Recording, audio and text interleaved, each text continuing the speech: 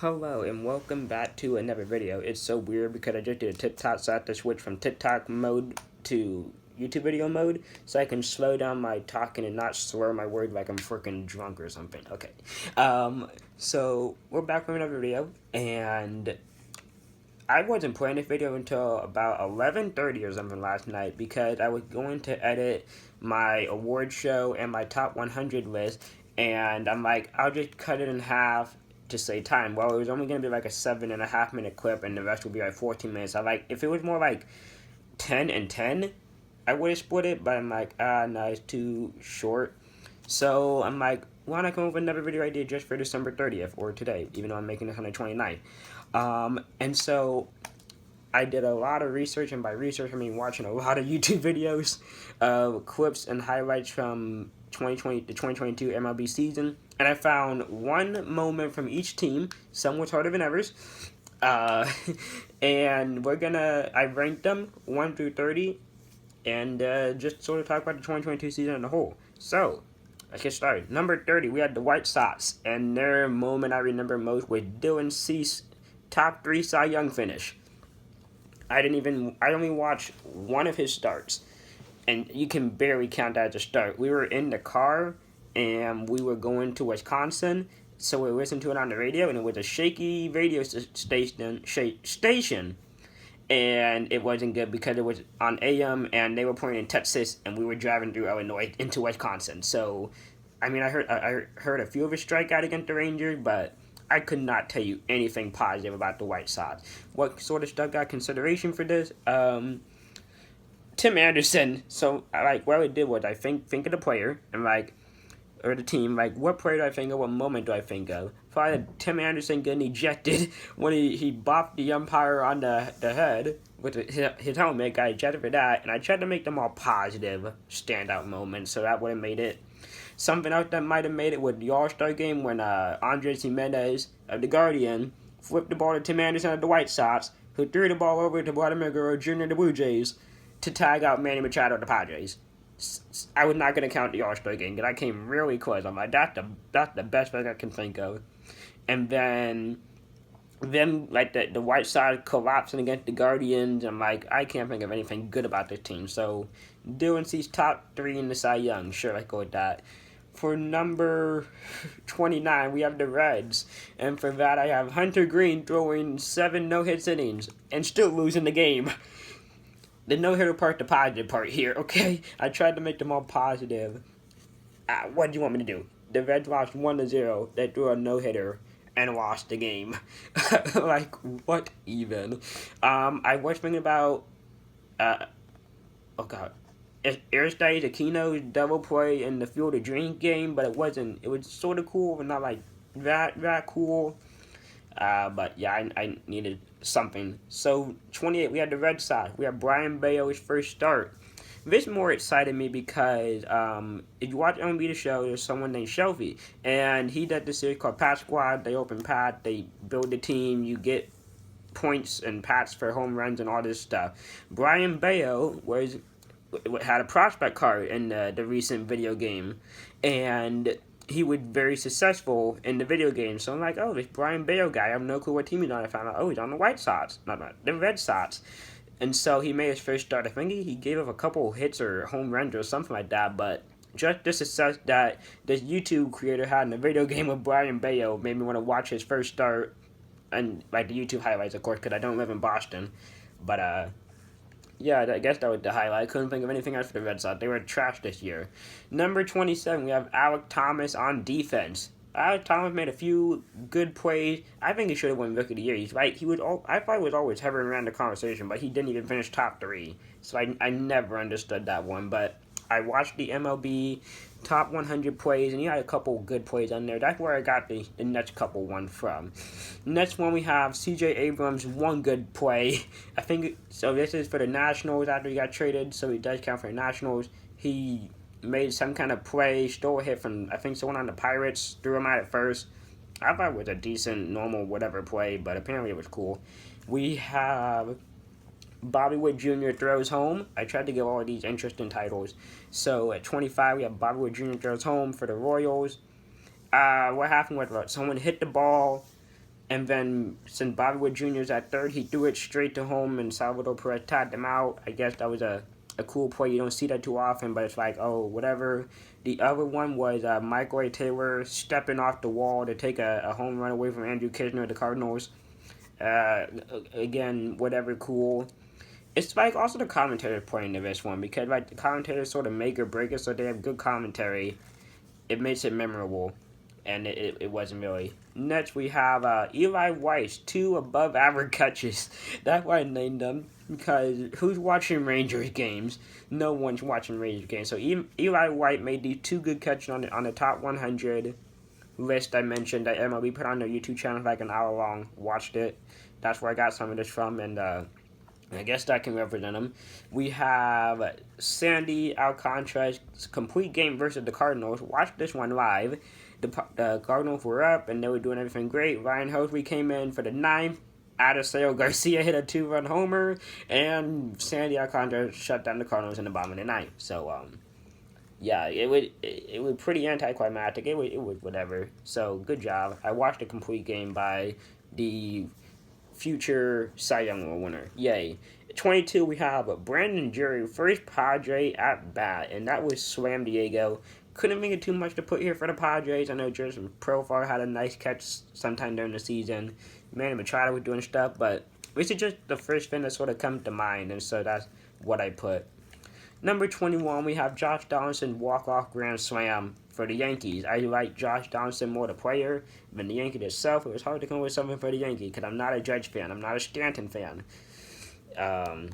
So this is what we're going with. Josh Donaldson. At number 20, we have Seiya Suzuki's inside the park home run versus Josh Hader.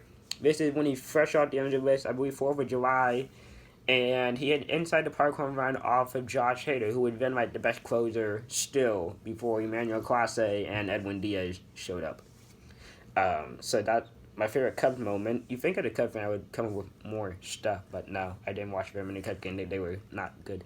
19, we have Joc Pederson, 3-homer game versus the Mets.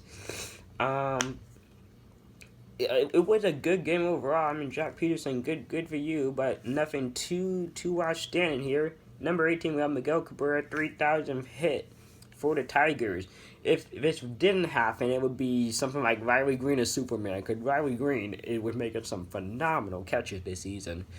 Or that one play where Javier Baez drew the ball between his right to Jeimer Candelario or something. But Miguel Cabrera, 3,000 hit, obviously the top moment for the Tigers that I think of at least.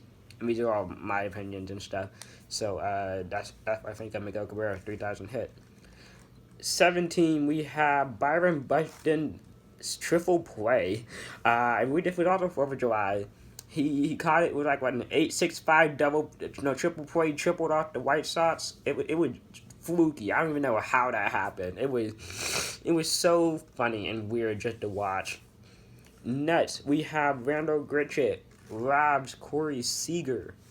This is the Rockies moment. It happened at the very beginning of the season, and it was a good catch, I guess. I mean, it was above average. It was a cool catch. Halfway through, at number 15, we have Spencer Strider, 16 strikeout game, setting the Braves rookie record.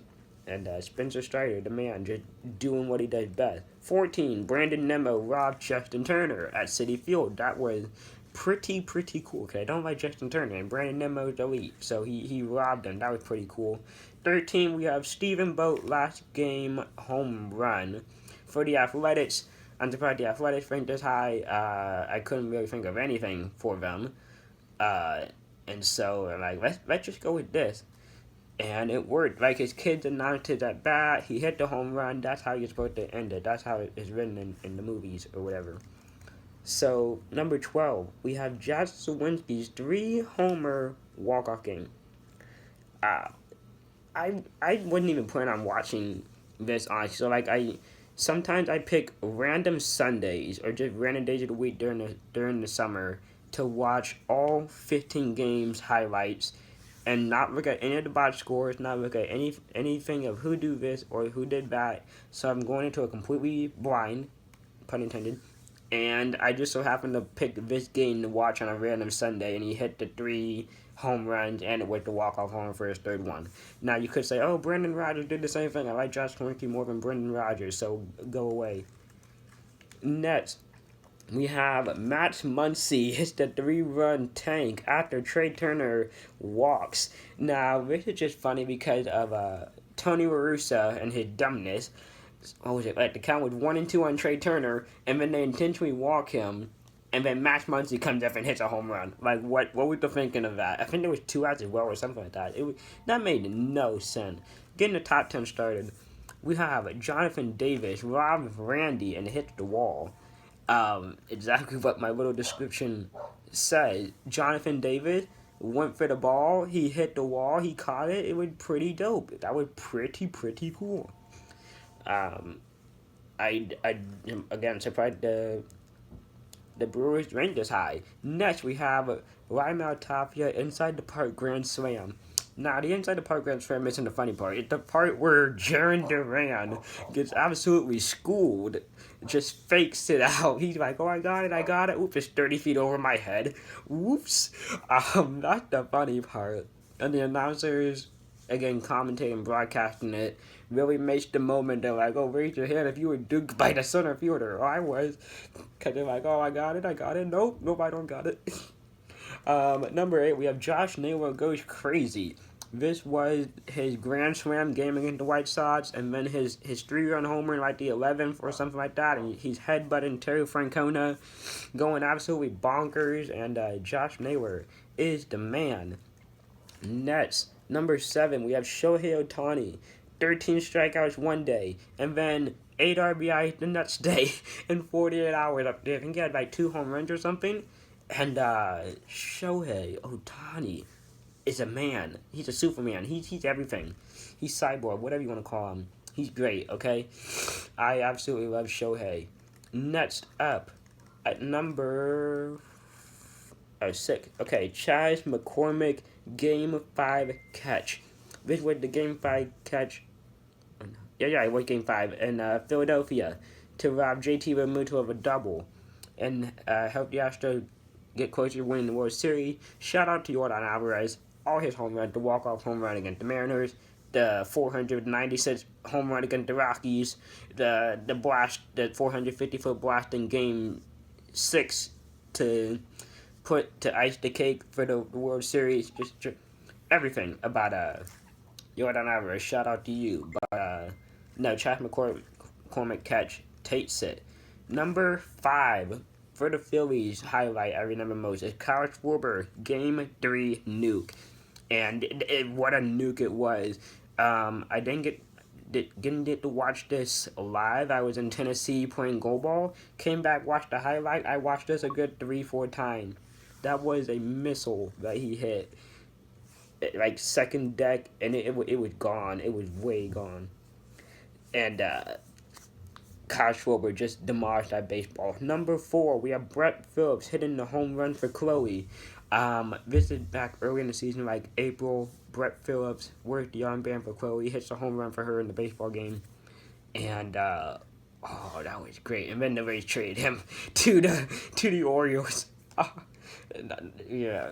And like Chloe had cancer and stuff like that. So it was just a good, wholesome moment all the way around. Number 3. Eugenio Suarez, good vibes only. Okay, how do you not put that? Shout out to anything Cal Raleigh and Julio Rodriguez does, but Eugenio Suarez versus the Blue Jays, good vibes only. Smashes that home run. He's the man. He's amazing. I love Eugenio. Number 2. The top Cardinals moment, Albert Pujols 699 and 700. There's so many moments I could have put for the Cardinals, and I knew it was gonna be about Albert, but which one to pick? I got to watch live Nolan Arenado and Albert Pujols going back-to-back home runs. That was dope because no one hit a home run. Because I was at my dorm room. No one hits his home run. I'm like, oh, okay, that's cool. And then Albert Pujols hit his home run. I'm like, wait, did they just play a highlight from 10 years ago or something? No, this is live. And I was flipping out. That was dope. I got to see Albert pitch. I listened to him pitch live against the Giants. That was cool. And Evan Longoria won the baseball when he got a hit off of Albert Pujols. That was so cool. And then I got to see his 695th home run. Man, I'm so mad I didn't record it. Because I'm like, he's hitting one against the Cubs. Winter Cardinal Cub game. And I knew he was going to hit one. I just had this feeling.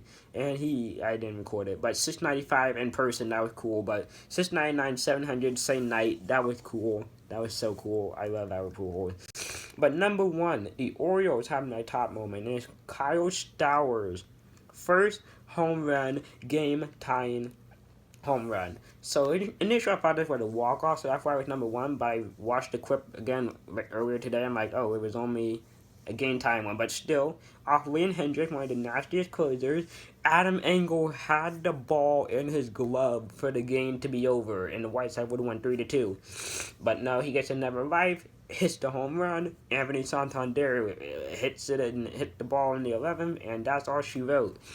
Orioles win. See how many times the White Sox came up with something negative happening to them. I also just realized that it's pretty funny that the top moment happened against the bottom moment, like against the White Sox, and the Orioles moment come against the White Sox. You know what I mean, but shocking. But hope you enjoyed this video, and I'm gonna look at the Queen nuts because I hate being sick. I don't have any with me, so I will see you in another video. Bye.